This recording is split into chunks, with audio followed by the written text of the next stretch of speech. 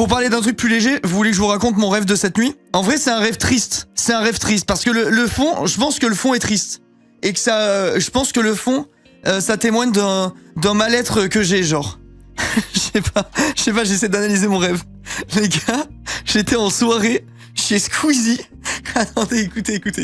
J'étais en soirée chez Squeezie avec 3 autres potes à moi de la vraie vie, genre. Il y avait Squeezie et 3 autres potes à moi de la vraie vie, donc on était tous les 5. Je sais pas comment ou pourquoi, je sais plus le contexte, mais je crois que c'était nos anniversaires à tous.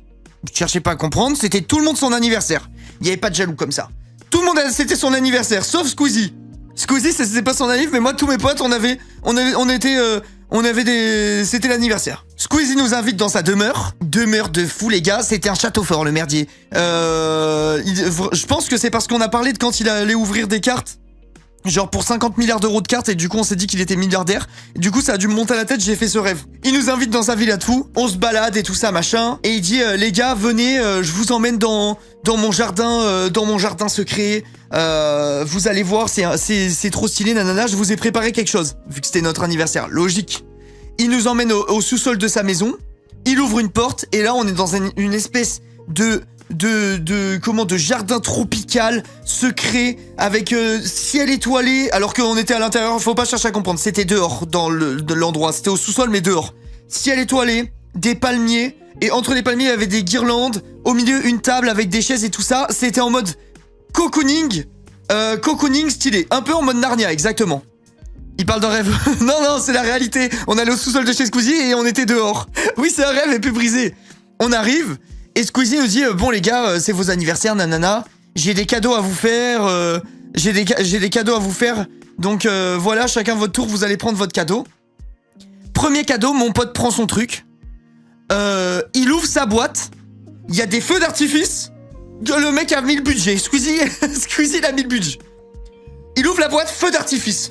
Mais pas des petits feux d'artifice pourris, genre des feux d'artifice, les gars. Ça part dans tous les sens, ça illumine le ciel, on manque de cramer les palmiers, genre c'était vraiment une singerie le truc. Il ouvre et il sort une carte, je sais plus ce que c'était genre en mode, il sort Dracofeu, PSA 10, le cadeau de mon pote c'était ça. Le cadeau de mon pote c'était ça. Ok. Moi après il me dit, Arnaud viens prendre ton cadeau. Tout ça dans la cave, ouais, tout ça dans la cave.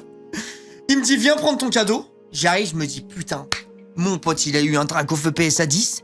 Mais je vais avoir une dinguerie, Squeezie il est millionnaire. Je vais avoir un truc de fou. J'ouvre mon cadeau, des bonbons et des gâteaux. Je me dis mais... Je me dis oh merci mec et tout. Et dans ma tête je me dis mais c'est de la merde et tout.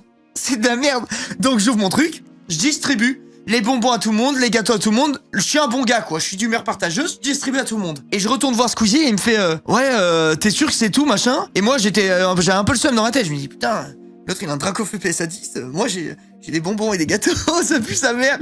Mais bon, je fais bonne figure. Après tout, je suis avec mes potes, on n'est pas là pour juger les cadeaux. Donc dans le fond, je passe ma petite soirée. Et il me dit ouais t'es sûr qu'il y avait que ça dans le cadeau, machin, donc je retourne. Et là c'est le moment où ça devient trop triste, trop deep. Les gars, j'ouvre et je vois en fait qu'au fond il y avait une boîte que j'avais pas vue. J'ouvre la boîte et dedans il y avait une genre de montre à gousset avec le fond en nacre.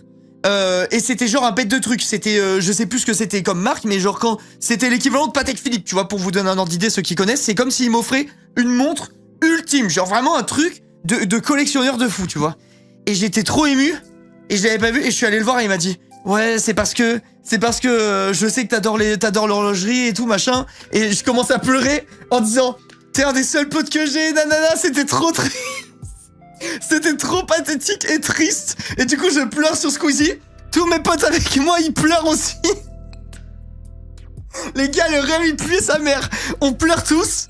Genre en mode putain, on a que nous, en mode on est trop des frères et tout. Il y en a que nous, on est trop des frères, nanana. On pleure. Après d'un coup on est recontent. Je sais pas pourquoi, il y a pas de transition. On est content et on est dans la chambre de Squeezie. On s'est téléporté. Les gars, parfois, faut pas chercher à comprendre les rêves. On s'est téléporté, on est dans la chambre, là on arrive à la fin du rêve. Attendez, on n'est pas en mode bête, on est juste posé dans la chambre. Genre comme à l'époque avec tes potes, il y en a 3 sur le lit, 2 par terre, un qui joue à la play, ambiance pote. Un pote qui prend l'autre pote, ambiance normale. Et là, Squeezie, je lui dis ouais, je sais plus le contexte, je crois que je lui dis ouais, j'ai oublié de prendre un truc à boire à la cuisine, je sais pas quoi. Et il me fait oh t'inquiète, pas de soucis. et il appuie sur un bouton. J'ai craché un obus. Il appuie sur un bouton, sur son mur. La chambre descend à la cuisine. Tellement il était riche, sa chambre c'était un ascenseur. les gars, et voilà, je me suis réveillé. C'est tout. La fin de mon rêve, j'étais en mode what the fuck, la chambre c'est un ascenseur. Et après je me suis réveillé. Donc voilà, s'il y a quelqu'un qui sait analyser les rêves, hésitez pas. Hésitez pas, genre c'était la fin de mon rêve quoi. Tu te rappelles de beaucoup de trucs de ton rêve, dis donc. Moi je me rappelle quasiment de tous mes rêves. Genre le premier réflexe que j'ai quand je me réveille et que je viens de faire un rêve, je le dis à voix haute. Toujours. Soit je le dis à ma meuf, soit je me le re-raconte. Et je sais pas si ça m'aide ou quoi, c'est comme les gens qui marquent leurs rêves. Moi perso je me rappelle de trop de rêves. Vraiment souvent, et la plupart du temps j'arrive parfois à un peu me contrôler, un peu gérer. Mais beaucoup moins que quand j'étais plus jeune. Quand j'étais plus jeune c'était une folie. Là maintenant c'est... Ça va, ça va. Parfois, j'arrive à contrôler un peu le merdier, mais souvent, je suis en mode, je suis dans un film. Alors que quand j'étais petit, vraiment, j'étais en mode, c'était moi l'acteur principal, quoi. Je les écris tous les matins, mais c'est insupportable. Ah, j'aurais la flemme, moi, je suis content de ma technique qui fonctionne, là. J'aurais vraiment la flemme. Moi aussi, je me rappelle tout le temps, c'est grave bien. Bah ouais, c'est pratique. Moi, ma meuf, par exemple, elle se rappelle jamais de ses rêves, quasiment. C'est triste. Tu te réveilles, t'as perdu toute ta nuit, quoi. Au moins, moi, j'ai dormi, certes. Mais je me suis raconté des histoires et je m'en rappelle à la fin. Je m'en souviens à la fin. Mais bref, voilà mon rêve. J'ai fait mon anniversaire avec mes potes chez Squeezie et sa chambre c'était un ascenseur. Je m'en souviens souvent et ça n'a aucun putain de sens. Et en fait, le truc qui est ouf avec les rêves quand même, c'est que souvent ton cerveau il fait des virages à 360 degrés. En mode, bah là typiquement on était en train de pleurer avec les cactus et les palmiers pardon. Et d'un coup ça va mieux, on est dans sa chambre et c'est un ascenseur. Et il y a tout qui te paraît normal. Moi c'est ça qui me fume le plus. C'est que t'es là. Ouais bah normal, sa chambre c'est un ascenseur et puis il y a des palmiers dans le sous-sol. Et il y a le vrai ciel dans le sous-sol. Tout va bien la team, je sais pas pourquoi. Il t'a offert une bête de montre alors que t'as cru que t'avais des bonbons. Je sais pas, putain les gars, franchement les rêves c'est vraiment bizarre parfois. J'ai un rêve qui revient très souvent, je me fais courser par un renard dans la cour de l'école dans laquelle j'étais quand j'étais petit. Et genre t'as peur ou t'es normal, c'est la course avec le truc quoi. Une fois j'ai rêvé d'être invité chez David Lafarge. En mode j'avais gagné un concours avec un autre gars. Et l'autre gars il avait pécho Mijirachi devant David. Est-ce que pour gagner le concours de David Lafarge, t'avais dû offrir 500 € de sub pour t'inscrire au tirage au sort ou pas? Pas cool mec, bah c'est vrai que choper Mijirachi devant lui à l'époque c'était pas cool, ça c'est réel. Je te jure que c'est vrai, alors que j'aime pas David. Ah, la petite balle entre les deux yeux là. J'aurais peut-être pas dû le dire celui-là. Une fois j'ai rêvé que je faisais des dédicaces avec Squeezie. Là, tu vois, t'aurais pas pu faire ce rêve ce soir, il était occupé, il était dans mon rêve à moi. Dommage. Je me fais souvent courser dans mes rêves, apparemment, c'est qu'on essaie d'échapper à une réalité. Ouais, mais si tu te fais courser par un renard, bon. Après, se faire courser dans les rêves, c'est le pire sentiment de la planète. Hein. Faut dire la vérité, c'est vraiment le pire truc du monde. Moi, perso, mais je cours. Mais je crois que c'est tout le monde pareil, mais je fais limite du surplace, c'est insupportable, quoi. C'est un peu le même délire que quand tu mets une patate dans un rêve. Tomber aussi, c'est relou. Ouais, tomber, moi, ça me réveille souvent. Genre, c'est ça, on en a parlé 1000 fois en live, mais quand j'étais plus jeune et que je rêvais, si jamais je voulais me réveiller, je me suicidais. Genre, je créais un pont ou une fenêtre, je me balançais et la chute me réveillait, tu vois. Mais genre, courir dans les rêves, c'est infâme. Genre, tu te fais courser, tu cours au ralenti, t'as envie de te foutre en l'air. Je sais pas ce qui fait que on a ça comme sensation. Et l'autre truc qui est particulièrement chiant, c'est quand tu te bats et que tes poings, ils font ça. Vous voyez ce que je veux dire ou pas? T'es là, tu veux mettre toute ta force et ça fait ça. T'es comme ça et ça veut pas taper. Oh, comment ça me casse les couilles. Ça, c'est les pires rêves de tous, ça. C'est les pires rêves de tous les rêves qui existent. Le bruit est satisfaisant, frappe-nous encore, s'il te plaît. Non, mais en vrai de vrai, ça, c'est insupportable. C'est insupportable. Quand on essaie de crier, je déteste ça. Ah, quand on sait pas crier. Je sais pas si ça m'est déjà arrivé, ça. ASMR violence. Je sais pas si c'est le casting d'un petit truc en plus de...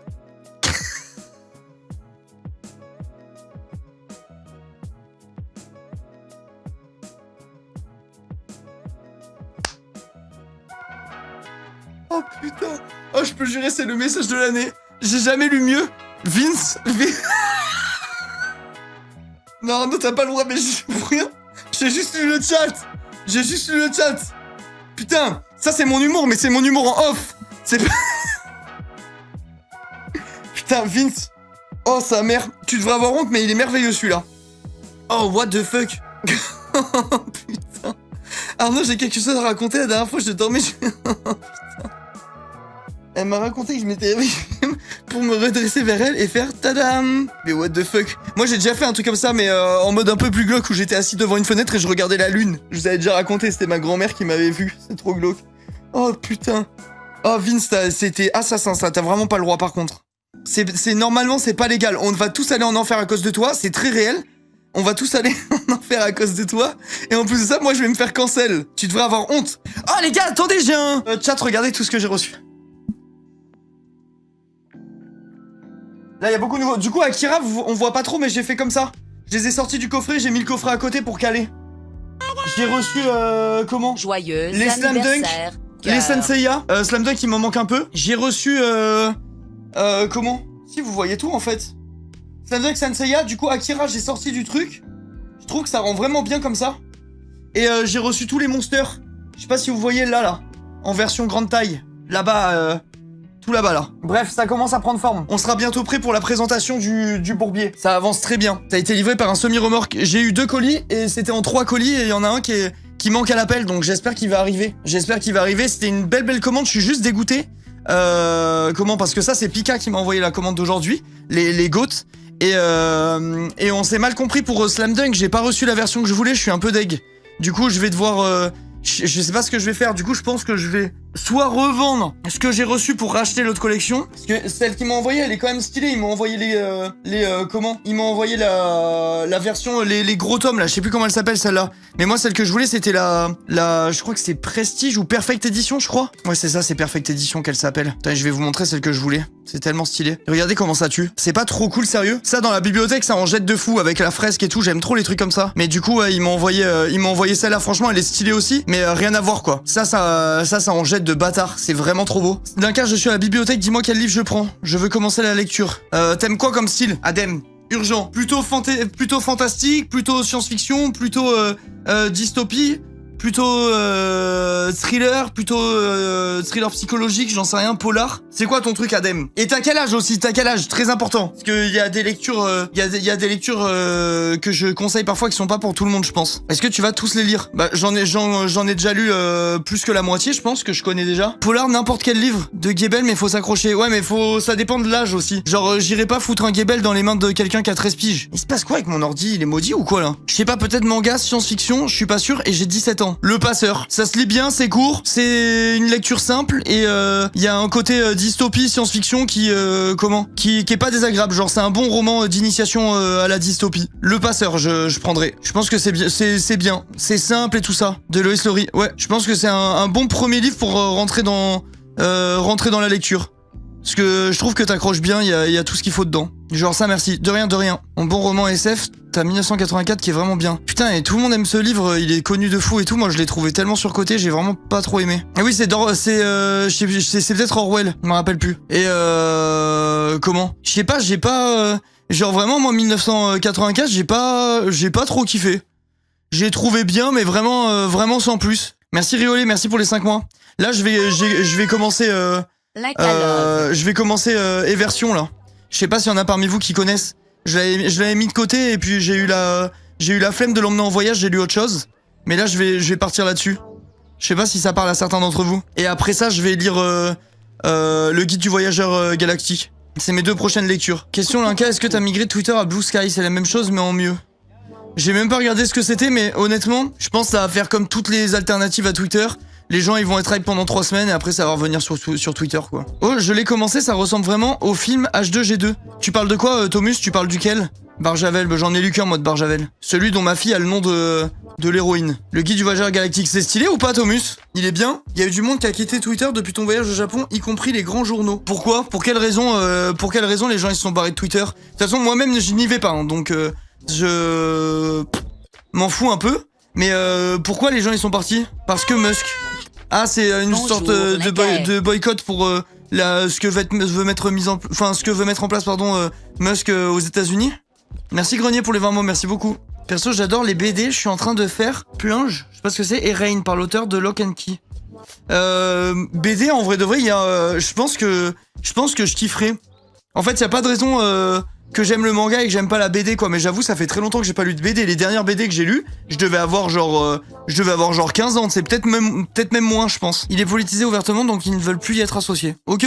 Il y en a qui ont suivi et qui ont quitté Twitter genre ou pas? Moi j'y vais même plus. Franchement j'y vais que pour me servir de la messagerie. Le reste je m'en fous. Mais bon j'ai tellement de contacts dans la messagerie Twitter, il y a plein de gens avec qui je parle depuis ça, donc j'y vais que pour ça quoi. Je pense que tu kifferais bien. Oui bah c'est sûr. Il y a combien de subs? Samantha ça le riche. Ça vaut toutes les tartelettes. Et Nanflas 51 mois hein, soit dit en passant. Twitter c'est ou du politique ou du facho ou du porno. Moi c'est pas compliqué, j'ai ouvert Twitter aujourd'hui, j'ai cliqué, premier truc que je vois, le premier truc sur lequel mes yeux se sont posés, un TikToker de 25 ans qui roule une pelle à un gamin de 15 ans. Ah ben j'ai fermé Twitter. Qu'est-ce que tu veux que je fasse? Qu'est-ce que tu veux que je fasse d'autre? J'ai regardé mes mentions et je me suis cassé de là. What? Je vous jure c'est vrai. J'ai vu tout à l'heure aussi, putain.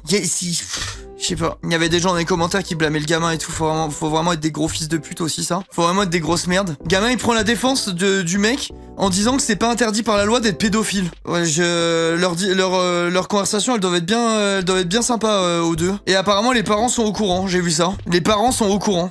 Ça c'est lunaire hein. Moi il y a un truc comme ça avec ma gamine et je suis au courant, je peux vous jurer que je finis dans les faits divers. Je finis dans les faits divers dans la semaine. Dans la semaine, peut-être même dans les 2 jours. Comment c'est possible, genre? Je vous jure, je suis pas violent, hein. Alors vraiment pas du tout, hein. Mais j'apprends une dinguerie comme ça au sujet de ma fille. Y a pas de, les parents sont au courant, non. Le gars, je l'atomise, hein. Il peut faire 2 fois ma taille et tout. Je pense qu'il y a tout qui sort. Hein. Je deviens dingue. Je sais même pas comment c'est possible de lire des trucs pareils. Du coup, j'ai ouvert, j'ai fermé Twitter.